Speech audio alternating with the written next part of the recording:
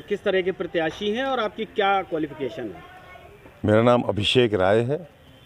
मैं नगर पंचायत नसीराबाद से अध्यक्ष पद का निर्दलीय प्रत्याशी हूँ। चुनाव निशान हल है।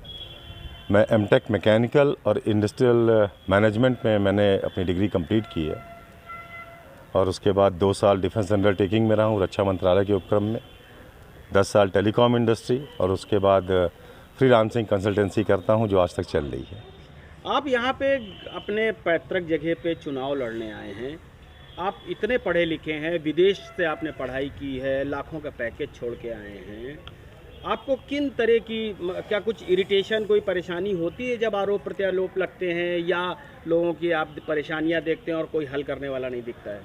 देखिए, जब सामाजिक जीवन में आए हैं तो आरोप प्रत्यारोप लगेंगे और सबसे बड़ी बात है कि यहाँ पर हमारे खिलाफ कोई मुद्दे नहीं है, क्योंकि आज तक न हमारे परिवार पर और न हमारे दामन पे एक दाग लगा है। रही बात परेशानियों की, तो चाहे वो प्रधानी का कार्यकाल हो, ग्राम प्रधानी का, चाहे ये आपका नगर पंचायत का हो, यहाँ पर जो मूलभूत सुविधाएं होनी चाहिए वो मुझे नहीं दिखती। अगर विकास होना चाहिए था, उन्नति की बात हम करते हैं, तो उन्नति की नींव आज से 40, 45, 50 साल पहले रख दी जानी चाहिए थी। यहाँ पर लोगों को अपना मौलिक अधिकार नहीं पता है। उनको ये नहीं पता है कि छोटी छोटी चीज़ों के लिए किसके पास जाएं। एक एप्लीकेशन लिखाने के लिए लोगों को दूसरे पैसा देना पड़ता है, ज़रूरतें पड़ती हैं।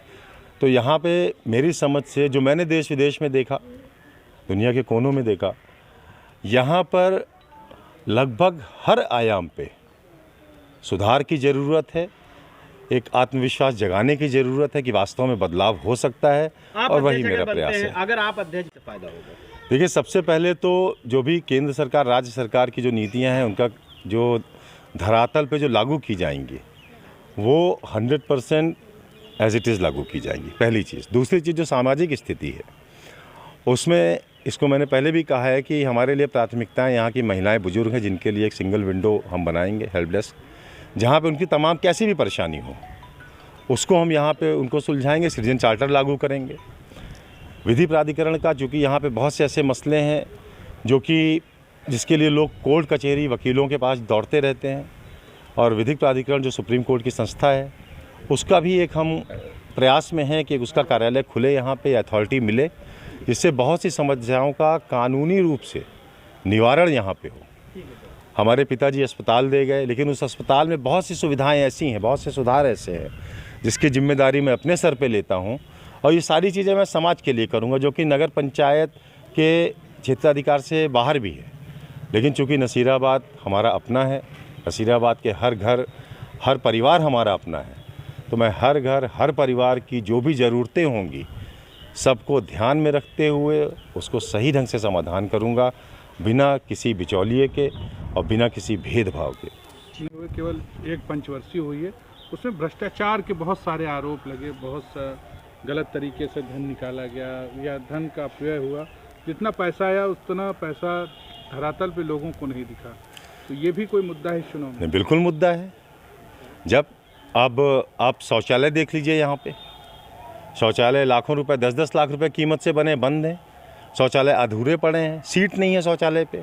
आप सड़कें कोई भी देख लीजिए, आप हमारे शहर से बाहर निकल के दाएं या बाएं मुड़िएगा, अगर सड़कों का जो बेड होता है, जो नींव होती है, जो उस पर मटेरियल पड़ता है, अगर वो सही पड़ा होता, सड़कें धंसती क्यों? कोई भी हैंडपम्प आप खुलवा के देख लीजिए, कागज़ों पे उनकी गहराई अलग है और हैंडपम्प की गहराई अलग है। खलिहानों पे कॉलोनी बांट दी गई। बहुत से पात्र मुझे दिखते हैं ऐसे जिनको वास्तव में कॉलोनी मिलनी चाहिए, लेकिन नहीं मिली है, चाहे जिस भेदभाव की वजह से। कोई भी ऐसा घर नहीं जहाँ पे मुझे सुनने को नहीं मिलता कि बिना पैसे लिए हमने आपने कॉलोनी बांटी हो। तो हर चीज़ मुद्दा है। नगर पंचायत में देखिए, किसी ने अपनी तरफ से कुछ नहीं किया, जो सरकार ने बोला वही किया है। आप निर्दलीय प्रत्याशी हैं, यहाँ विपक्षी, क्या कहेंगे इस पे, किस तरह से इस्टेब्लिश कर पाएंगे आप? देखिए, स्थिति का शायद उन्होंने आकलन कर लिया है और बौखलाहट बहुत ज़्यादा है। मैं इस बात पे सिर्फ यही बात बोलूँगा कि थोड़ा सा संयम बना के रखें। जो उन्होंने काम किया है, जो उनका इतिहास है, जो हमने काम किया है जनता के बीच में, लोगों की सामाजिक समस्याओं में, हमारा भी अपना एक इतिहास है। और जनता इस बार हमें लगता है कि बदलाव के मूड में है और जनता चाहती है, नसीराबाद का हर सम्मानित निवासी चाहता है कि अब की बागडोर एक पढ़े लिखे व्यक्ति के हाथ में दी जाए जो हर तरह से सक्षम हो।